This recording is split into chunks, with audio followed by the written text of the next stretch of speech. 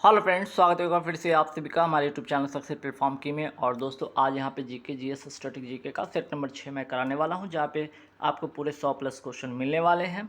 आप लोग जो नए हैं वो लोग क्या करेंगे, टेलीग्राम लिंक पर है यहाँ पे, इस पर जुड़ जाइए। टेलीग्राम से जुड़िए। जो भी नए अपडेट हैं वीडियो के PDF के, वो आपको मिलते रहेंगे। यहाँ पे 2 तरह की अभी PDF अवेलेबल है। जिनको 2023 वाली करंट अफेयर्स चाहिए विद स्टैटिक जीके, तो वो 70 रुपये पे करेंगे। आपको अब तक की जो लेटेस्ट है जुलाई तक की PDF है, जो आपको मिलेगी जनवरी से लेकर आपके जुलाई तक की। और 11,000 जीके का है यहाँ पे, ठीक है। जो जीके जीएस स्टैटिक जीके का 11,000 क्वेश्चन का कलेक्शन है। इसकी PDF प्राइस है 200 रुपये। फ़ोनपे, पेटीएम, गूगल पे, इस नंबर पे कीजिए। पेमेंट के स्क्रीनशॉट लेकर व्हाट्सअप कर दीजिए। आपको विदिन सेकंड आपको आपके व्हाट्सअप पे PDF मिल जाएगा। तो आइए आज के महत्वपूर्ण 100 सवाल देखते हैं, ठीक है। पहला यहाँ सवाल देखिएगा।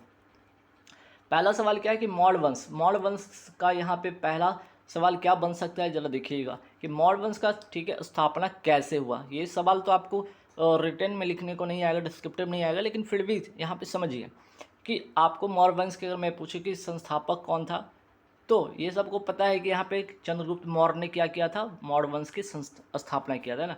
चंद्रगुप्त मौर्य ने क्या किया था, ये मौर्य वंश का स्थापना किया था। लेकिन कैसे हुआ, नंद वंश, ठीक है, इसके पहले जो नंद वंश था उसका अंतिम शासक कौन था, घनानंद, उसको पराजित करके मगध पर, ठीक है, मगध पर मौर्य वंश की स्थापना होती है। तो 2 बात यहाँ पे समझ में आया।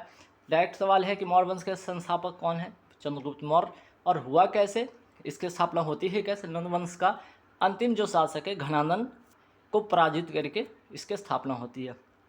अब यहाँ पे सवाल है कि घनानंद को, ठीक है, घनानंद को हराने में कौन मदद करता है, चाणक्य मदद करते हैं, ठीक है। ये चाणक्य की अगर मैं बात कर लूँ, ठीक है, तो चाणक्य को और किस नाम से जाना जाता था, इनको कौटिल्य भी कहा जाता था, विष्णुगुप्त भी कहा जाता था। चाणक्य को क्या कहा जाता था, कौटिल्य और विष्णुगुप्त भी कहा जाता था। और घनानंद की अगर मैं बात करूँ, सिकंदर का समकालीन था। ये भी आपको सवाल इस तरह के सब बन सकते हैं, तो ध्यान रखना है आपको, ठीक है। अब बात करते हैं, घनानंद को हराने में कौन साथ देते हैं, चाणक्य साथ देते हैं, या कौटिल्य या विष्णुगुप्त। और चंद्रगुप्त मौर्य के यही क्या होते हैं, प्रधानमंत्री बनते हैं। कौन, चाणक्य बनते हैं इनके प्रधानमंत्री। अब बात है कि चंद्रगुप्त मौर्य जो है मगध की गद्दी पर बैठते हैं कब है, तो 322 ईसा पूर्व। और इनका जो संबंध होता है वो कौन सा धर्म के अनुयायी थे, ये जैन धर्म के अनुयायी थे। ये पूरी बात आपको यहाँ पे ध्यान रखना है। मौर्य वंश के संस्थापक, नंद वंश के अंतिम शासक घनानंद को पराजित करके, ठीक है, 322 ईसा पूर्व में गद्दी पर बैठते हैं। चाणक्य इनकी मदद करते हैं। चाणक्य को कौटिल्य या विष्णुगुप्त कहते हैं, और यही इनके बाद में क्या बनते हैं, प्रधानमंत्री बनते हैं। अब आइए चंद्रगुप्त से रिलेटेड और क्या क्या बातें बन सकता है। देखिए, मेगास्थनीज, अगर मैं मेगास्थनीज की मैं बात करूँ, ये किसके दरबार में आया था, चंद्रगुप्त मौर्य के दरबार में आया था। भेजा कौन था, तो जो सेल्यूकस निकेटर है, ठीक है। और सेल्यूकस निकेटर की मैं बात करूँ, ये, ठीक है, ये भेजा था किसको, सिकंदर। ये कौन था, सिकंदर का सेनापति था सेल्यूकस निकेटर। तो सेल्यूकस निकेटर जो था, ठीक है, सिकंदर का सेनापति था। और इसका जो सेल्यूकस निकेटर का राजदूत कौन था, मेगास्थनीज था। तो मेगास्थनीज को इसने क्या किया था, भेजा था किसके दरबार में, चंद्रगुप्त मौर्य के दरबार में। बात समझ में आया, तीनों क्वेश्चन आपस में रिलेट है कि सेल्यूकस निकेटर का राजदूत था मेगास्थनीज, और मेगास्थनीज को भेजा गया था चंद्रगुप्त मौर्य के दरबार में। और अगर सवाल पूछा जाए कि सेल्यूकस निकेटर कौन था, तो ये सिकंदर का सेनापति था, ठीक है। अब यहाँ पे सिकंदर से जुड़े एक और सवाल क्या बन सकता है कि हाइडेस्पिस, या जिसको झेलम का युद्ध बोलते हैं, ये किसके बीच में हुआ था, सिकंदर और पंजाब के शासक पोरस के बीच में हुआ था, ठीक है। अगर यहाँ पे बात कर लिया जाए चंद्रगुप्त मौर्य से, एक और सवाल कि सेंड्रोकोटस किसे कहा गया, तो सेंड्रोकोटस कहा गया था, चंद्रगुप्त मौर्य को ही कहा गया था। और अगर मैं बात करूँ प्रधानमंत्री कौन, चाणक्य प्रधानमंत्री होते किसके, चंद्रगुप्त मौर्य के। तो इनकी एक लिखी पुस्तक थी जिसका नाम था अर्थशास्त्र, और इसका जो संबंध किससे था ये भी ध्यान रखना है। इसका जो संबंध था राजनीति से था, ठीक है। इसका जो संबंध, इस पुस्तक का जो संबंध था वो किससे था, राजनीतिक से था, ये भी ध्यान रखना है। और अगर बात हो रही थी मेगास्थनीज का, ठीक है, तो मेगास्थनीज की मैं बात करूँ, ठीक है, तो इनलिका जो है इसकी लिखी पुस्तक है, ये भी ध्यान रखना आपको। और मेगास्थनीज का उत्तराधिकारी होता है डायमेकस, ये भी ध्यान रखना। और यही डायमेकस किसके, ठीक है, बिंदुसार, है ना, बिंदुसार के दरबार में आता है। चंद्रगुप्त मौर्य का उत्तराधिकारी बनता है कौन, चंद्रगुप्त मौर्य के बाद इसके उत्तराधिकारी इस पे मगध पर शासन करते हैं बिंदुसार, और बिंदुसार के दरबार में आया था डायमेकस, ये भी आपको ध्यान रखना। और डायमेकस कौन था? ये वही मेगास्थनीज का है ना उत्तराधिकारी था जो कि चंद्रगुप्त मौर्य के दरबार में आया था। सेल्यूकस निकेटर का राजदूत था, और सेल्यूकस निकेटर सिकंदर का क्या था? सेनापति था, है ना। ये बातें आपस में सब रिलेट कर रहा है ना। फिर बात करते हैं चंद्रगुप्त मौर्य और सेल्यूकस निकेटर के बीच युद्ध का जो वर्णन है वो किस में किया गया है? तो एपियानस है, ठीक है। इसमें क्या है? इसके इन दोनों के बीच में, चंद्रगुप्त मौर्य और सेल्यूकस निकेटर के बीच में जो है युद्ध का वर्णन किया गया है एपियानस में, ठीक है। फिर बात करते हैं चंद्रगुप्त मौर्य की, अगर मैं बात कर लूँ, ये अपना अंतिम समय कहाँ बिताया था? चंद्रगुप्त मौर्य ने अंतिम समय बताया था श्रवणबेलगोला, कर्नाटक, जहाँ पे इनकी जो मृत्यु होती है उपवास के दौरान होती है।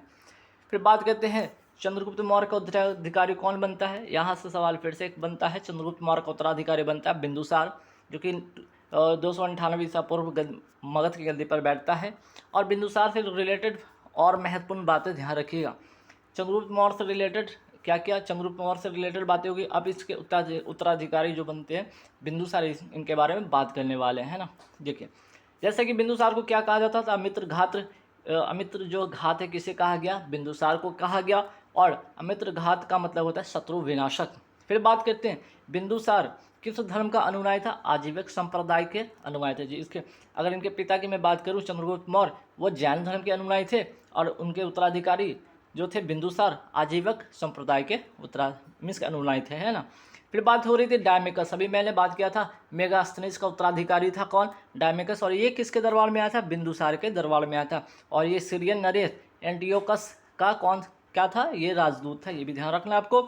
फिर सवाल यहाँ पे आजीवक संप्रदाय से एक और सवाल बनेगा क्या? आजीवक संप्रदाय के संस्थापक कौन थे? मखलीपुत्र गोसाल। मोस्ट इंपॉर्टेंट क्वेश्चन, सवाल बार बार पूछा गया एग्जाम में, ध्यान रखना आपको, ठीक। फिर बात करते हैं यहाँ पे बिंदुसार का उत्तराधिकारी कौन हुआ? बिंदुसार का उत्तराधिकारी हुआ अशोक, जो कि 269 ईसा पूर्व मगध की गद्दी पर बैठता है। अब यहाँ पे मैं बात करूँ, यहाँ हो गया आपका क्या?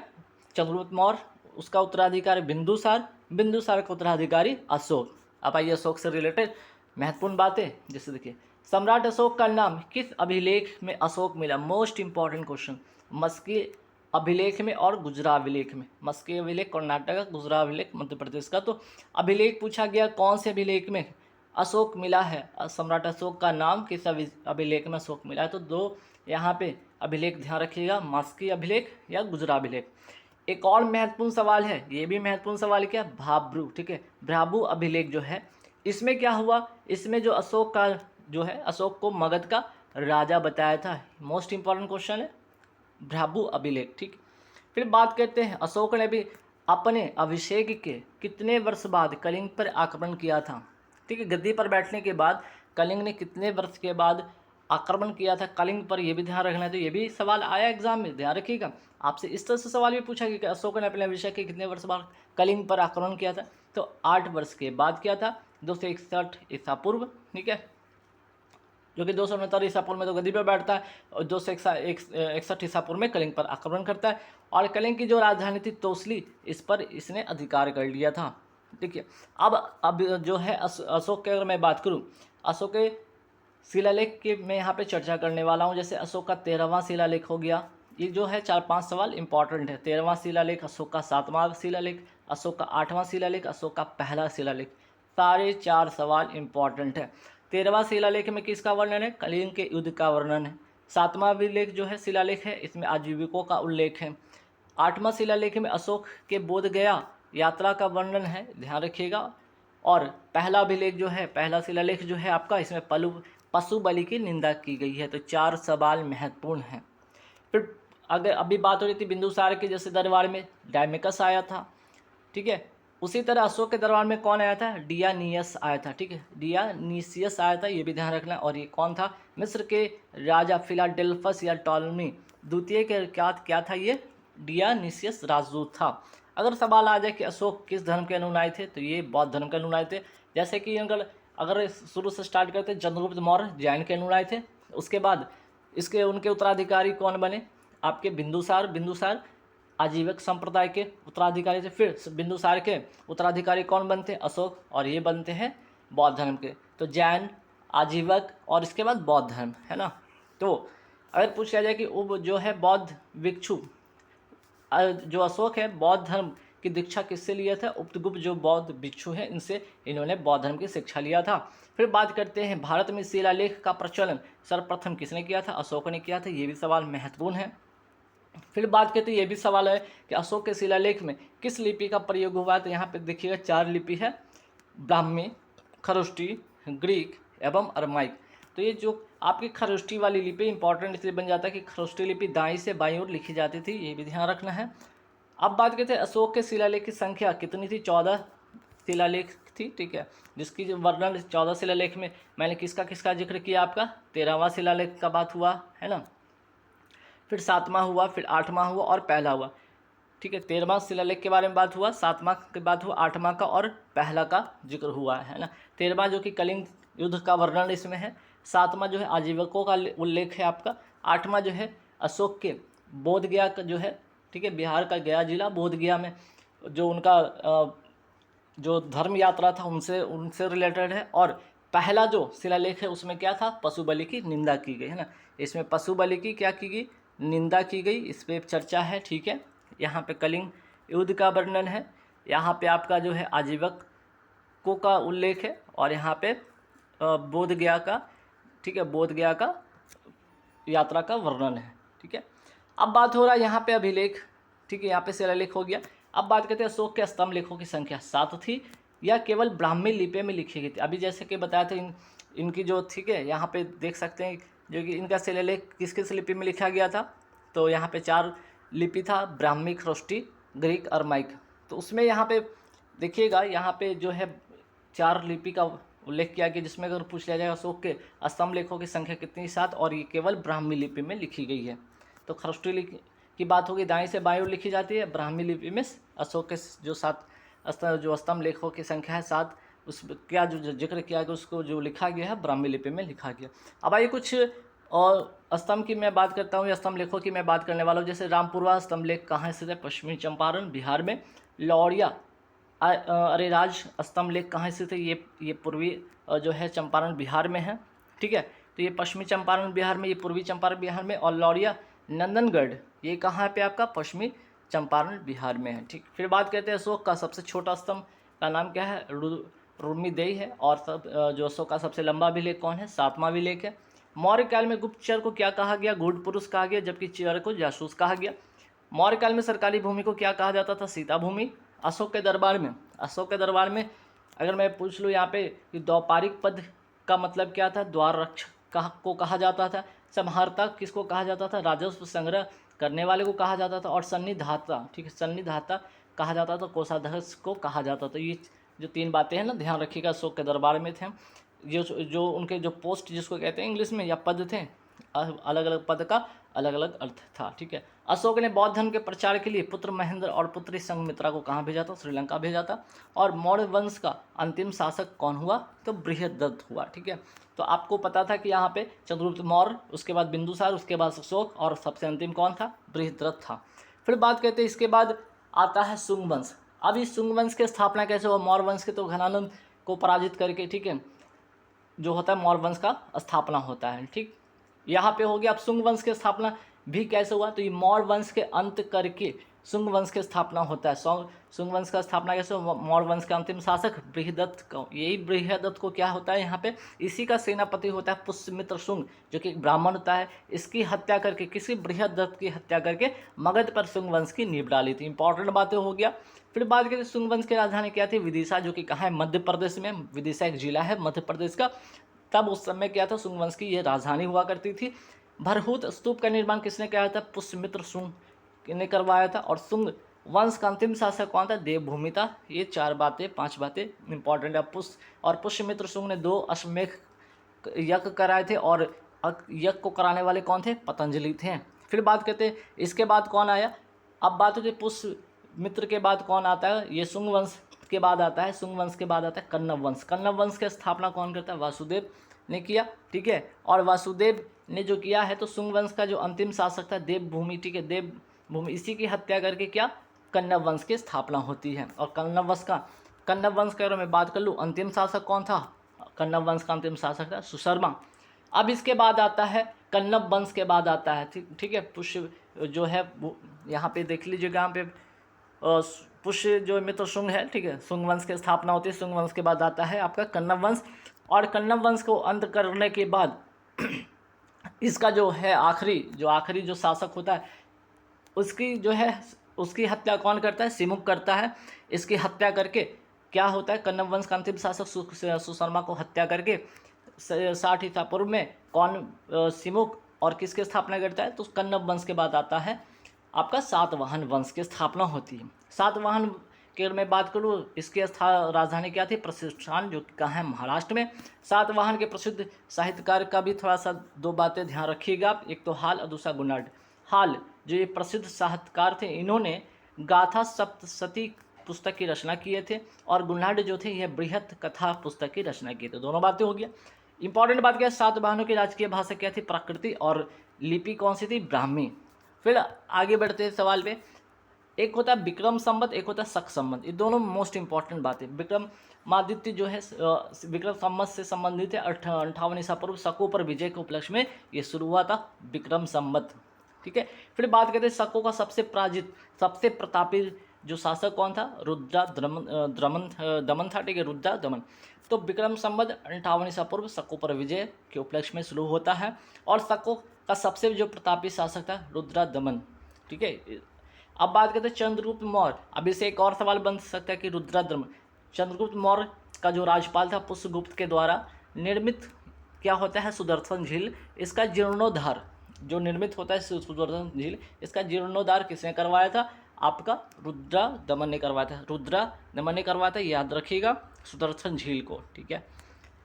फिर बात करते हैं यहाँ पे गिरनार अभिलेख का संबंध किस शासक से है, तो गिरनार गुजरात का जो अभिलेख है इसका जो संबंध है रुद्रदमन से ही है। चूँकि यहाँ पे रुद्रदमन की बात हो रही थी, इसलिए 2-3 बातें यहाँ पे जरूरी है जानना। फिर बात करते हैं, बात हो रही थी शक की, तो शक भारत में जो शक राजा थे अपने आप को क्या कहते थे, क्षत्रिय कहते थे, ठीक है, शक राजा, क्योंकि शकों पर विजय के उपलक्ष्य में ही तो विक्रम संवत शुरू हुआ था, और शकों का सबसे प्रतापी राजा भी रुद्रदमन था। और रुद्रदमन ने ही क्या किया था, जो मौर्य वंश में जो निर्मित हुआ था सुदर्शन झील, उसका जीर्णोद्धार करवाया था रुद्रदमन ने। और रुद्रदमन का जो संबंध है किस अभिलेख से, तो गिरनार अभिलेख से है। और जो शक राजा होते थे उस समय, वो अपने आप को क्या, क्षत्रिय कहते थे। फिर बात होता है विक्रम संवत के बाद आता है अब शक संबंध आता है, ठीक है। जो शक संवत है ये किसके द्वारा शुरू हुआ, 78 ईस्वी में कनिष्क के द्वारा शुरू होता है।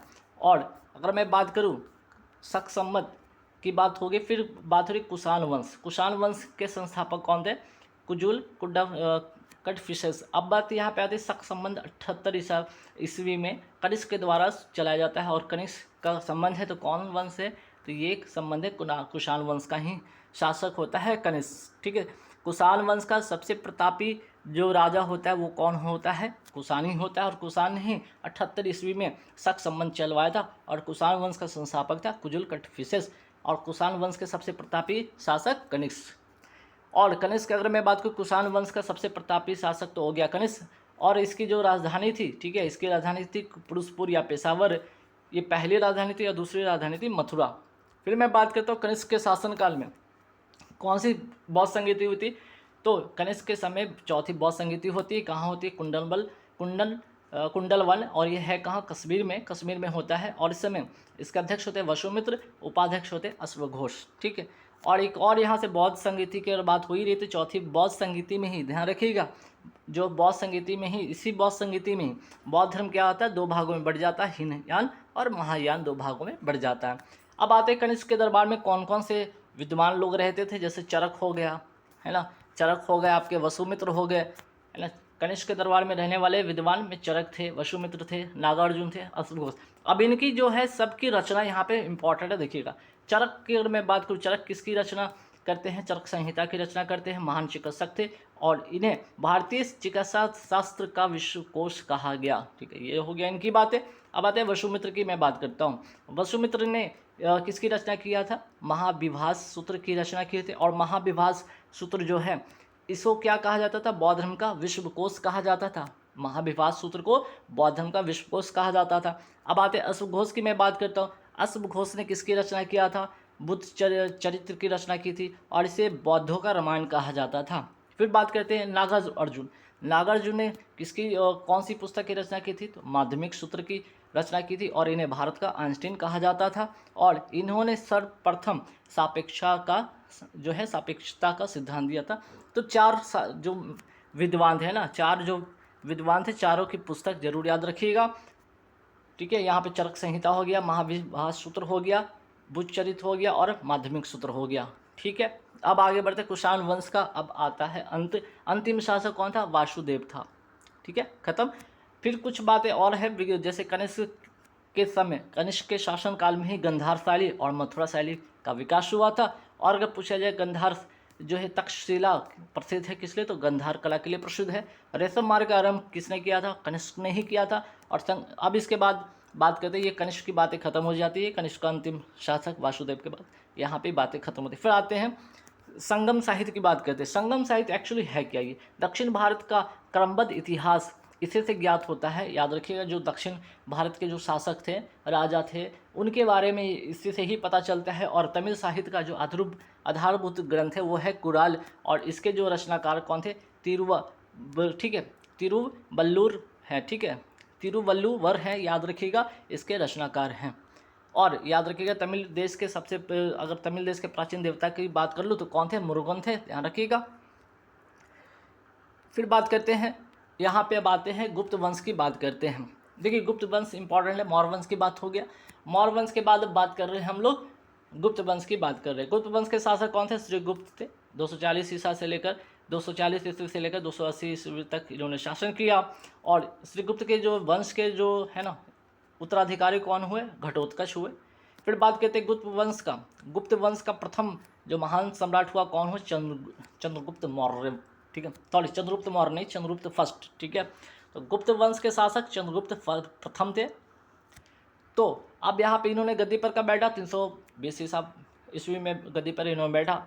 तो मौर्य वंश की बात हुई तो चंद्रगुप्त मौर्य थे, वो चंद्रगुप्त मौर्य थे मौर्य वंश के शासक। यहाँ पे बात हो रही चंद्रगुप्त प्रथम की बात हो रही, ये है गुप्त वंश के शासक जो महान शासक थे। अगर मैं बात करूँ चंद्रगुप्त प्रथम का उत्तराधिकारी कौन हुआ? समुद्रगुप्त हुआ। भारत का नेपोलियन किसे कहा जाता था? समुद्रगुप्त को कहा जाता था। ठीक है, भारत का नेपोलियन किसको कहा जाता था?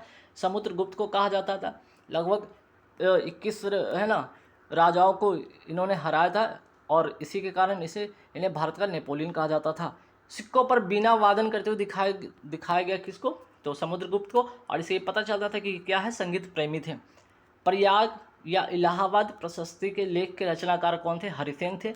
और हरिसेन किसके दरबारी कवि थे? समुद्रगुप्त के दरबारी कवि थे। ठीक, फिर बात करते हैं समुद्रगुप्त की बात हो गई तो चंद्रगुप्त प्रथम की बात हो गई। पहले तो जो गुप्त वंश के शासक थे श्रीगुप्त, उसके उत्तराधिकारी हुए घटोत्कच। और उसके जो इस वंश के सबसे प्रतापी राजा जो थे चंद्रगुप्त प्रथम थे। उनके बाद आते हैं उनका उत्तराधिकारी कौन? समुद्रगुप्त। और समुद्रगुप्त के उत्तराधिकारी होते चंद्रगुप्त द्वितीय। ठीक है, चीनी बौद्ध यात्री फाहियान किसके दरबार में आते हैं? तो किसके शासनकाल में आते हैं? चंद्रगुप्त द्वितीय के शासनकाल में आते हैं। कालिदास हो गए आपके, धनवंतरी जैसे विद्वान जो थे। ठीक है, धनवंतरी जैसे विद्वान थे, किसके दरबार में रहते थे? चंद्रगुप्त द्वितीय के दरबार में रहते थे। चंद्रगुप्त द्वितीय की अगर बात करें, इसके बाद इसके उत्तराधिकारी कौन होते? कुमारगुप्त या गोविंद गुप्त होते हैं, है ना। देख रहे, क्रम याद रखिएगा। चंद्रगुप्त प्रथम उत्तराधिकारी, फिर उसके बाद स्कंदगुप्त के बाद चंद्रगुप्त द्वितीय के बाद आपके उत्तराधिकारी कुमारगुप्त। कुमारगुप्त से सवाल क्या बन सकता है कि नालंदा विश्वविद्यालय की स्थापना कौन किए थे? कुमारगुप्त या गोविंद गुप्त नहीं किए थे। फिर बात आते हैं कुमारगुप्त के बाद उत्तराधिकारी कौन होते हैं? स्कंदगुप्त होते हैं। गिरनार पर्वत पर सुदर्शन झील का पुनरुद्धार कौन किया था? स्कंदगुप्त ने किया था। जीर्णोद्धार कौन किया था? अगर जीर्णोद्धार पूछ ले तो रुद्रादमन, है ना, रुद्रादमन यहाँ रखिएगा, रुद्रादमन। जीर्णोद्धार रुद्रादमन, है ना, रुद्रादमन। और अगर यहाँ पे अगर पुनरुद्धार की बात करें तो स्कंदगुप्त। ठीक है, फिर बात करते हैं गिरनार पर्वत। यहाँ पे मैंने लिख भी दिया है, गिरनार पर्वत पे ऐसे सुदर्शन झील का पुनरुद्धार किया था स्कंदगुप्त ने। और गिरनार पर्वत पर ऐसे सुदर्शन झील का जीर्णोद्धार किसने कराया था? तो रुद्रादमन ने। और ये कौन से वंश का था? शक वंश का था, ध्यान रखना है आपको। गुप्त वंश का अंतिम शासक कौन हुआ? विष्णुगुप्त हुआ, ये भी ध्यान रखना। गुप्त काल में व्यापार का सर्वाधिक जो महत्वपूर्ण केंद्र था, ठीक है, व्यापार का सर्वाधिक महत्वपूर्ण केंद्र था उज्जैन था। बात करें गुप्त काल में सील किसे कहा जाता था? ऐसी भूमि जो जोतने योग्य नहीं थी। गुप्त काल का प्रसिद्ध मंदिर विष्णु मंदिर, ठीक है। गुप्त काल का प्रसिद्ध मंदिर विष्णु मंदिर कहाँ स्थित है? जबलपुर मध्य प्रदेश में। गुप्तकालीन प्रसिद्ध मंदिर दशावतार मंदिर कहाँ है? ललितपुर उत्तर प्रदेश में। तो दोनों मंदिर ध्यान रखिए गुप्तकालीन है, एक तो विष्णु मंदिर हो गया, दूसरा दशावतार हो गया। अगर मैं बात करूँ यहाँ पे गुप्त राजाओं की शासकीय भाषा क्या थी? संस्कृत थी। गुप्त काल में चांदी के सिक्कों को क्या कहा जाता था? रुपया कहा जाता था। मोस्ट इंपॉर्टेंट क्वेश्चन, सवाल बहुत बार पूछा गया है। ये भी सवाल इंपॉर्टेंट है कि मृच्छकट्टिकम या माटी का खिलौना गाड़ी नाटक किसने लिखा था? शूद्रक ने लिखा था। और एरन अभिलेख का संबंध किस शासक से? भानुगुप्त से है। एरन अभिलेख का संबंध किस शासक से? भानुगुप्त से। और पहली वर्षती होने का प्रमाण इसी में मिलता है। तो गाइस यहाँ पे पूरे मैंने 100 क्वेश्चन करा दिए हैं, जिसमें कि आपको पूरे के पूरे मौर्य वंश हो गया, मौर्य वंश की स्थापना कैसे होती है, मौर्य वंश के बाद आपके है ना कौन से वंश आते हैं, उसके बाद आपके कौन से वंश आते हैं, इस तरह से करते हुए आपके गुप्त वंश तक यहाँ पे सारी बातें कंप्लीट हो गया है। तो आप पूरी चीज़ को देख लीजिए विदिन आपके 15 से 20 मिनट के वीडियो में मैंने दोनों वंश के जितने भी महत्वपूर्ण सवाल थे सारे के सारे रिलेट करके मैंने आपको बता दी। वीडियो अच्छा लगे तो लाइक कीजिए, शेयर कीजिएगा। और इसकी जो है आप PDF ले सकते हैं। कहाँ से आप इसकी PDF ले सकते हैं? टेलीग्राम लिंक पे जाइए, सारे के सारे इसका जो है पार्ट भी आपको मिल जाएगा, ठीक है। पार्ट 1, 2, 3, 4, 5 सारे के सारे काम मिल जाएंगे आपको टेलीग्राम पे मिल जाएंगे, या प्लेलिस्ट में चले जाइएगा, प्लेलिस्ट में इसका सारे के सारे पार्ट देख लीजिएगा। Thank you very much.